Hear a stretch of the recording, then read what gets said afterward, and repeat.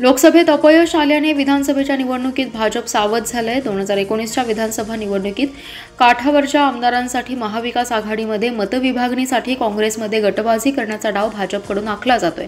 सांगलीत देखील भाजपचा हाच प्रयत्न असल्याचा आरोप काँग्रेसचे शहर जिल्हाध्यक्ष पृथ्वीराज पाटील यांनी केलाय। तर जयश्रीताई पाटील यांच्याबद्दल आदर आहे, माजी नगरसेवकांनी 2019च्या निवडणुकीत शब्द दिला होता असे बोलत आहेत, त्यावर योग्य वेळी बोलू असे म्हणून त्यांनी उत्तर देणं टाळले।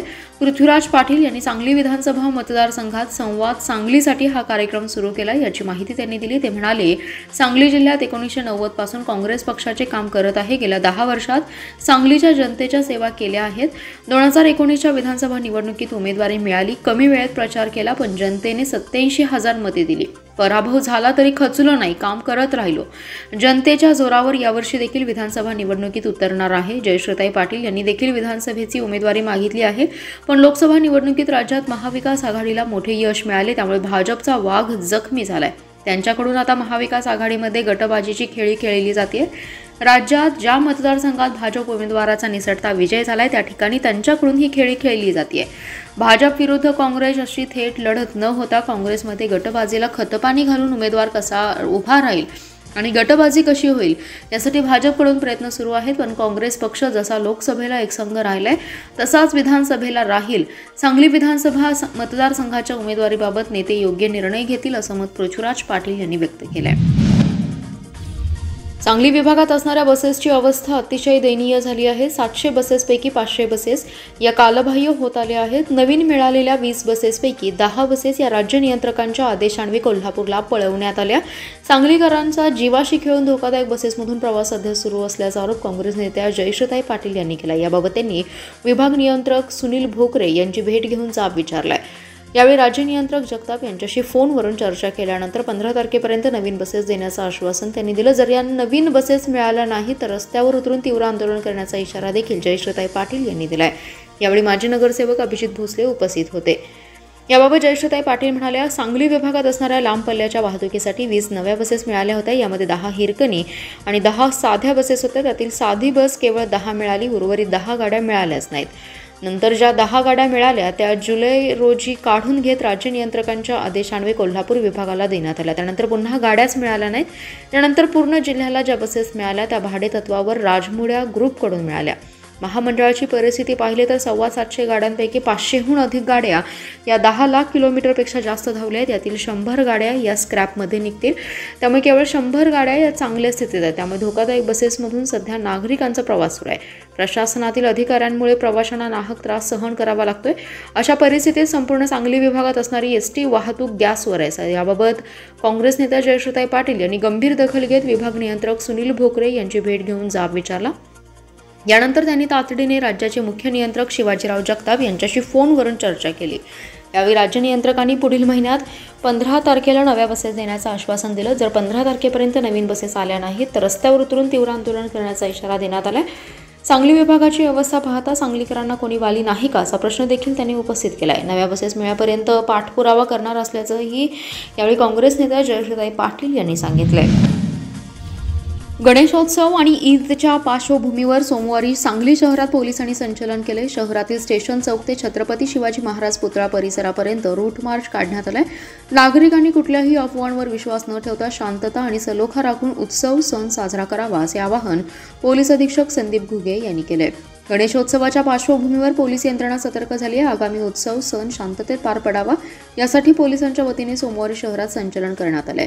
शहरातील स्टेशन चौकातून रूट मार्चला सुरुवात झाली। राजवाडा चौक, पटेल चौक, गणपती पेठ, हरभट रोड मार्गे मारुती चौकातील छत्रपती शिवाजी महाराज पुतळा परिसरात रूट मार्चची सांगता झाली आहे। या संचलनात पोलीस दलातील कर्मचारी, दंगल नियंत्रण पथक, जलद कृती दलाची पथके सहभागी झाली होती। पोलीस अधीक्षक संदीप घुगे, उपअधीक्षक प्रणिल गिल्डा, शहरचे निरीक्षक संजय मोरे, ग्रामीणचे किरण चौगुले, विशेष शाखेचे सुधीर भालेराव, वाहतूक शाखेचे निरीक्षक मुकुंद कुलकर्णी यांच्यासह अधिकारी कर्मचारी या संचलनात सहभागी झाले होते।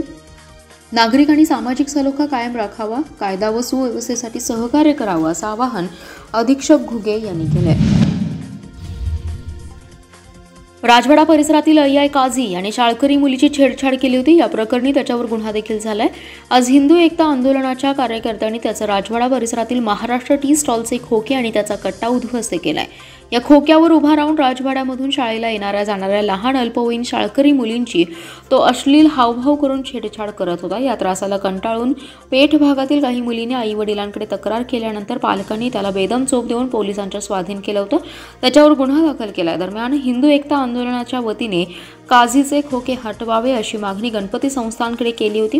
संस्थांच्या वतीने हे खोके हटलं गेलं होतं, पण त्या ठिकाणी असलेला कट्टा आणि साहित्य सोमवारी हिंदू एकता आंदोलनाच्या वतीने पाडण्यात आले। माजी आमदार नितीन शिंदे म्हणाले, काझीचे वकीलपत्र सांगलीतल्या कोणत्याही वकिलाने घेऊ नये, त्याला शिक्षा झाली पाहिजे। सांगली गणपती संस्थाने या परिसरात त्याला पुन्हा व्यवसाय करण्यास परवानगी देऊ नये, अन्यथा तीव्र आंदोलन करू असा इशारा दिलाय। यावेळी हिंदू एकता आंदोलनाचे शहर जिल्हाध्यक्ष संजय जाधव, खंडबाग विभाग अध्यक्ष अवधूत जाधव, सांगलीवाडी विभाग अध्यक्ष अनिरुद्ध कुंभार, नारायण हांडे, संभाजी पाटील, नंदू यादव, सुजित पाटील, संदेश खोत, प्रदीप निकम, राहुल कातर, गजानन मोरे उपस्थित होते। चिंतामणनगर येथील रेल्वे उड्डाण पुलाच्या ठेकेदाराला 31 ऑगस्टची मुदतवाढ दिली होती। ही मुदत संपली आहे, तरी देखील काम पूर्ण झाले नाही। मग प्रशासनाने ठेकेदाराला पुन्हा मुदतवाढ दिली आहे की त्याच्यावर दंडात्मक आकारणी सुरू केली आहे, याचा खुलासा करावा असे आवाहन सर्वपक्षीय कृती समितीच्या वतीने दिले। सर्वपक्षीय कृती समिती व नागरिक जागृती मंचचे सतीश साखळकर, गजानन साळुंखे, उमेश देशमुख, शंभूराज काटकर, नितीन चव्हाण, लालू मिस्त्री, अजित जाधव, महालिंग हेगडे यांनी याबाबत जिल्हाधिकाऱ्यांना निवेदन दिले। माधवनगर रोडवरील चिंतामणीनगर रेल्वे उड्डाणपुलाचं काम गेल्या वर्षी जूनमध्ये सुरू करण्यात आलं होतं। काम पूर्ण करण्याची मुदत जानेवारी 2024 होती, मात्र आज अखेर काम पूर्ण झालं नाही। त्यामुळे जिल्हाधिकाऱ्यांनी पुलाच्या कामासाठी रस्ता बंद करण्यासाठी काढलेल्या अधिसूचनेची मुदत कधी संपलेली आहे आणि वाढवून किती दिवसांपर्यंतची मुदत दिलेली आहे, वाढीव मुदतीची अधिसूचना काढलेली आहे का, वाढीव मुदतीची अधिसूचना जाहीर केलेली आहे का, जर वाढीव मुदत दिली नसेल तर हा रस्ता बंद असल्याने त्याची जबाबदारी कोणाची आहे, यावर काय कारवाई होणार असा सवाल आता उपस्थित केला आहे। स्वर्गीय अनिलभाऊ बाबर यांनी पक्ष आणि गटातटाच्या पुढे जाऊन विसापूर सर्कलचा कायापालट करण्याचा प्रयत्न केलाय। त्यामुळे येणाऱ्या विधानसभा निवडणुकीसाठी मी महायुतीचा उमेदवार म्हणून आपणासमोर येत असलो तरी मलाही सर्व स्तरातून पक्ष गटतट विसरून लोक पाठबळ देत आहेत, याची जाणीव मी कायमस्वरूपी ठेवीन। आज लोकांचा मिळणारा उत्स्फूर्त प्रतिसाद पाहून मी जनतेचा उमेदवार आहे असे प्रकर्षाने जाणवत आहे, असे प्रतिपादन माजी जिल्हा परिषद उपाध्यक्ष सुहास बाबर यांनी केले। तासगाव तालुक्यातील बोरगाव येथे विविध विकास कामांच्या भूमिपूजन प्रसंगी ते बोलत होते। यावेळी महादेवमळा ते बोरगाव, बोरगाव ते पंचक्रोशी हायस्कूल, बोरगाव ते नवे बोरगाव आणि बोरगाव ते आळते रस्ता करणे या कामांचं उद्घाटन करण्यात आले। सुहास बाबर पुढे म्हणाले, स्वर्गीय आमदार अनिल भाऊंना विसापूर सर्कल या परिसरानं सलग 2 निवडणुकीत मोलाची साथ दिली आहे। विसापूर सर्कलच्या विकासाच्या माझ्याही काही संकल्पना आहेत। आगामी विधानसभा निवडणुकीत स्वर्गीय भाऊंच्या प्रमाणेच हा परिसर मलाही साथ देईल याची पूर्ण खात्री आणि विश्वास आहे। राजकीय पक्ष गटतट विसरून अनिल भाऊंनी येणाऱ्या व्यक्तीचं काम कसं होईल यासाठी प्रयत्नांची पराकाष्ठा केली। तीच शिकवण घेऊन आज मी देखील त्यांच्याच पावलावर पाऊल ठेवून काम करण्याचा प्रयत्न करतोय। राजकारणात पावलोपावली ही कृतज्ञता ठेवून मी वाटचाल करणार असल्याचं सांगितले। गतवर्षी दुष्काळाचा सामना केल्यानंतर यंदा जिल्ह्यात मागील 3 महिन्यांपासून मुसळधार पाऊस होत आहे। जिल्ह्याच्या सर्वच भागात पावसाचा जोर अधिक राहिलाय। पावसामुळे जिल्ह्यातील चांदोली आणि सातारा जिल्ह्यातील कोयना धरण भरलंय। कोयनेत 104 टीएमसी आणि तर चांदोलीत 33 टीएमसी पाणीसाठा झालाय। दोन्ही धरणे 100% भरत आली आहेत, तसेच मध्यम प्रकल्पही 100% भरण्याच्या मार्गावर आहेत। यंदा पाणीच पाणी असून शेतीच्या सिंचनासह पिण्याच्या पाण्याचा प्रश्न मार्गी लागणार आहे। मागील 3 महिन्यात सतत पाऊस झाल्याने पाण्याचा प्रश्न निकाली लागलाय। पश्चिम भागात कोयना आणि चांदोली अशी प्रमुख धरणे आहेत। कोयना धरण क्षेत्रात झालेल्या मुसळधार पावसामुळे धरण भरण्याच्या मार्गावर आहे। धरणाची पाणी क्षमता 105 टीएमसी असून सध्या 104.28 टीएमसी पाणीसाठा आहे, तर धरण 99% भरले। चांदोली धरण क्षेत्रात सरासरी 1100 मिलीमीटर पावसाची नोंद झाली आहे। धरणाची क्षमता 34.20 टीएमसी असून सध्या 33 टीएमसी पाणीसाठा झाला। धरण 96% भरले असून उर्वरित 4% रिमझिम पावसावर भरतं। या दोन्ही धरणात 139 टीएमसी पाणीसाठा होतो। यावर्षी दोन्ही धरण भरल्यातच जमा आहेत। त्यातच पाऊस होत असल्याने धरणात आवक कायम आहे, पण पाणी पातळी नियंत्रित करण्यासाठी विसर्ग सुरू करण्यात आलाय। जत तालुक्यासाठी संजीवनी ठरणारा म्हैसाळ जत विस्तारित प्रकल्प मंजूर झाला असून निविदाची कामे गतीने सुरू झाली आहेत। लवकरच ही योजना पूर्ण होईल असे आश्वासन जलसंपदा विभागाचे अतिरिक्त मुख्य सचिव दीपक कपूर यांनी दिले। जलसंपदा विभागाचे अतिरिक्त मुख्य सचिव कपूर यांनी म्हैसाळ विस्तारित जत उपसा सिंचन योजना प्रकल्पाची क्षेत्रीय पाहणी केली। यावेळी कार्यकारी संचालक अतुल कपोले, मुख्य अभियंता हनुमंत गुणाले, मुख्य अभियंता धुमाळ, अधीक्षक अभियंता चंद्रशेखर पाटोळे, उपअधीक्षक अभियंता AP सूर्यवंशी यांच्यासह मान्यवर उपस्थित होते। पाहणीनंतर वारणाली विश्रामगृह येथे महाराष्ट्र कृष्णा खोरे विकास महामंडळ अंतर्गत सर्व सिंचन आणि बांधकामधीन प्रकल्पांची आढावा बैठक घेण्यात आली। अतिरिक्त मुख्य सचिव कपूर यांनी दौऱ्यामध्ये म्हैसाळ येथील पंपगृह, बॅरेज, विस्तारित योजनेचा बेडग येथील टप्पा क्रमांक 1, ऊर्ध्वगामी नलिका, बेळंकी येथील जोड प्रवाही नलिका तसेच बोगद्याच्या कामाची पाहणी केली। या भेटीदरम्यान विस्तारित योजनेच्या चालू असलेल्या कामांचा आढावा घेण्यात आलाय।